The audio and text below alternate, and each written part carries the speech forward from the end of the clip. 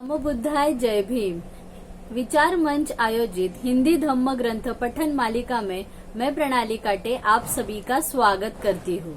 भगवान बुद्ध और उनका धम्म चक्र प्रवर्तन। परिव्राजकों ने तब बुद्ध से अपने धम्म की व्याख्या करने की प्रार्थना की। बुद्ध ने कृपया इसे स्वीकार किया। उन्होंने सबसे पहले उन्हें पवित्रता का पथ ही समझाया। उन्होंने परिव्राजकों से कहा, कोई भी आदमी जो अच्छा बनना चाहता है उसके लिए यह आवश्यक है कि वह कोई अच्छाई का मापदंड स्वीकार करे। मेरी पवित्रता के पथ के अनुसार अच्छे जीवन के 5 मापदंड है। 1. किसी प्राणी की हिंसा न करना। 2. चोरी न करना अर्थात दूसरे की चीज को अपनी न बना लेना। 3. व्यभिचार न करना। 4. असत्य न बोलना। 5. नशीली चीजों का ग्रहण न करना। मैं कहता हूँ कि हर आदमी के लिए यह परमावश्यक है कि वह इन 5 शीलों को स्वीकार करे, क्योंकि हर आदमी के लिए जीवन का कोई मापदंड होना चाहिए जिससे वह अपनी अच्छाई बुराई को माप सके। मेरे धम्म के अनुसार ये 5 शील जीवन की अच्छाई बुराई मापने के मापदंड ही है। दुनिया में हर जगह पतित गिरे हुए लोग होते ही हैं, लेकिन पतित 2 तरह के होते हैं। एक तो पतित वे होते हैं जिनके जीवन का कोई मापदंड होता है। दूसरे पतित वे होते हैं जिनके जीवन का कोई मापदंड नहीं होता।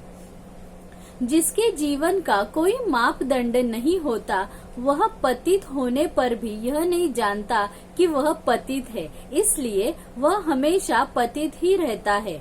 दूसरी ओर जिसके जीवन का कोई मापदंड होता है वह हमेशा इस बात की कोशिश करता रहता है कि पतितावस्था से ऊपर उठे। क्यों? इसका उत्तर यही है कि वह जानता है कि वह पतित है, गिर गया है। आदमी के लिए जीवन सुधार का कोई मापदंड होने और न होने का यही बड़ा अंतर है। आदमी अपने स्तर से नीचे गिर पड़े यह इतनी बड़ी बात नहीं है जितनी है कि आदमी के जीवन का कोई स्तर ही न हो।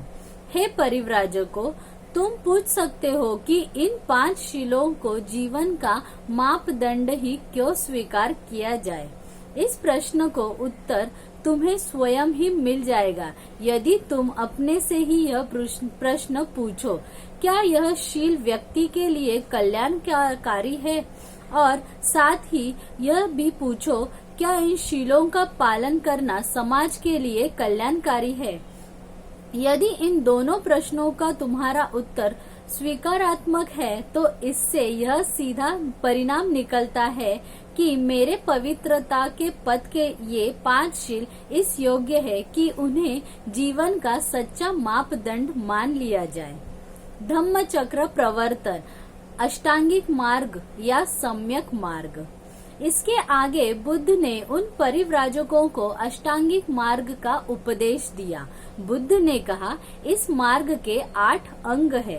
बुद्ध ने सर्वप्रथम सम्मा दिट्ठी, सम्यक दृष्टि की व्याख्या की, जो अष्टांगिक मार्ग में प्रथम है और प्रधान है।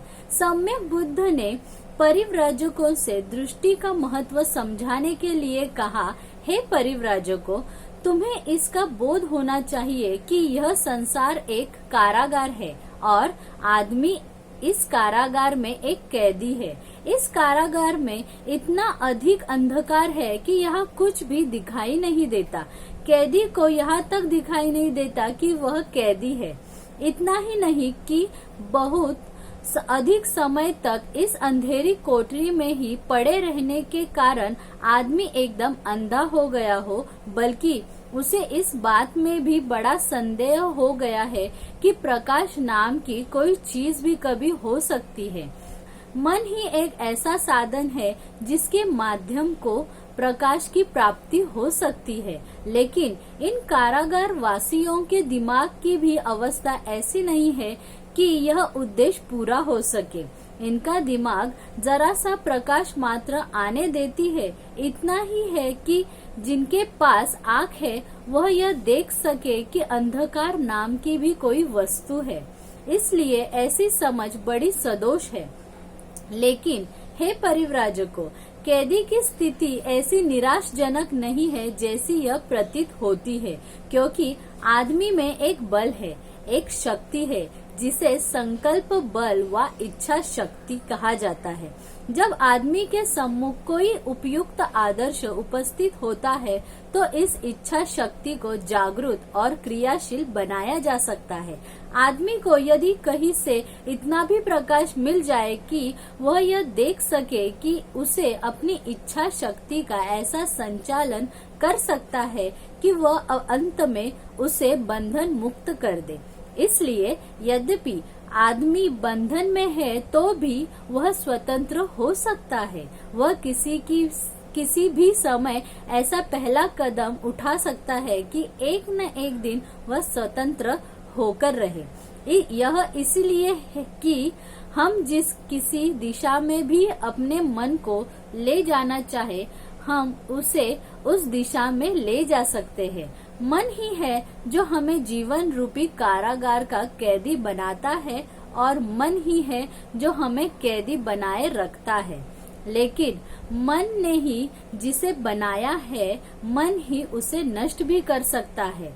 मन अपनी कृति को मटिया मेट भी कर सकता है। यदि इसने आदमी को बंधन में बांधा है तो ठीक दिशा में अग्रसर होने पर यही आदमी को बंधन मुक्त कर सकता है। यह है जो सम्यक दृष्टि कर सकती है। तब परिव्राजकों ने प्रश्न किया, सम्यक दृष्टि का अंतिम उद्देश्य क्या है? बुद्ध ने उत्तर दिया, अविद्या का विनाश ही सम्यक दृष्टि का उद्देश्य है। यह मिथ्या दृष्टि की विरोधिनी है और अविद्या का अर्थ है कि आदमी दुख को न जान सके, आदमी दुख के निरोध के उपाय को न जान सके, आदमी इन आर्य सत्यों को न जान सके।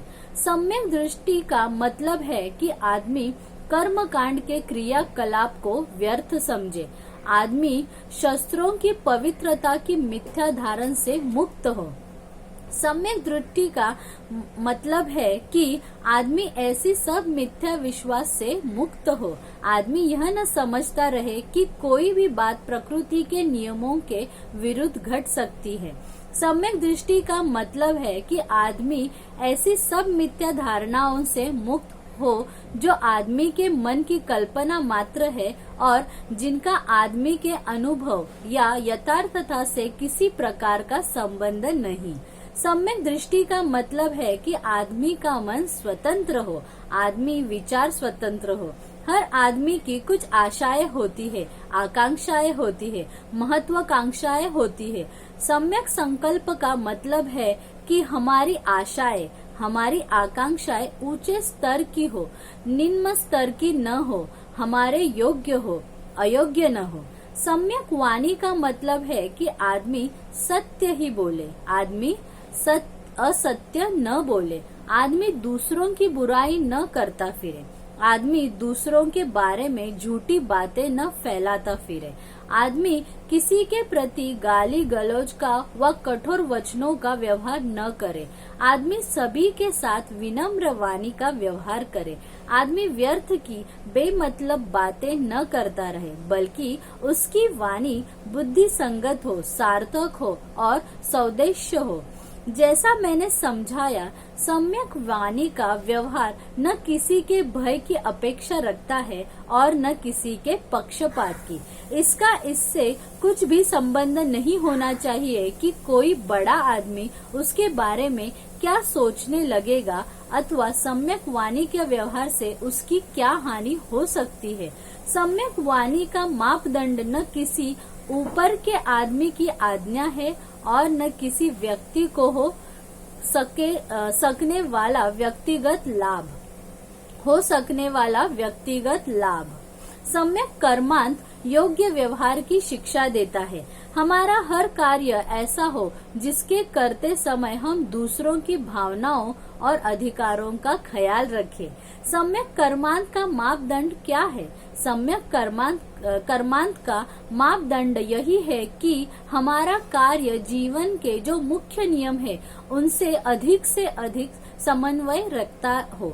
जब किसी आदमी के कार्य इन नियमों से समन्वय रखते हो तो उन्हें हम सम्यक कर्म कह सकते हैं। प्रत्येक व्यक्ति को अपनी जीविका कमानी ही होती है, लेकिन जीविका कमाने के ढंगों में अंतर है। कुछ बुरे हैं, कुछ भले हैं। कुछ बुरे ढंग वे हैं जिनसे किसी की हानि होती है अथवा किसी के प्रति अन्याय होता है। अच्छे ढंग वे हैं जिससे आदमी बिना किसी को हानि पहुंचाए और बिना किसी के साथ अन्याय किए अपनी जीविका कमा सकता है। यही सम्यक आजीविका है। सम्यक व्यायाम अविद्या को नष्ट करने के प्रयास की प्रथम सीढ़ी है। इस दुखद कारागार के द्वार तक पहुंचने का रास्ता ताकि उसे खोला जा सके। सम्यक व्यायाम के 4 उद्देश्य है। एक है अष्टांगिक मार्ग विरोधी चित्त प्रवृत्तियों की उत्पत्ति को रोकना। दूसरा है ऐसी चित्त प्रवृत्तियों को दबाना जो उत्पन्न हो गई है।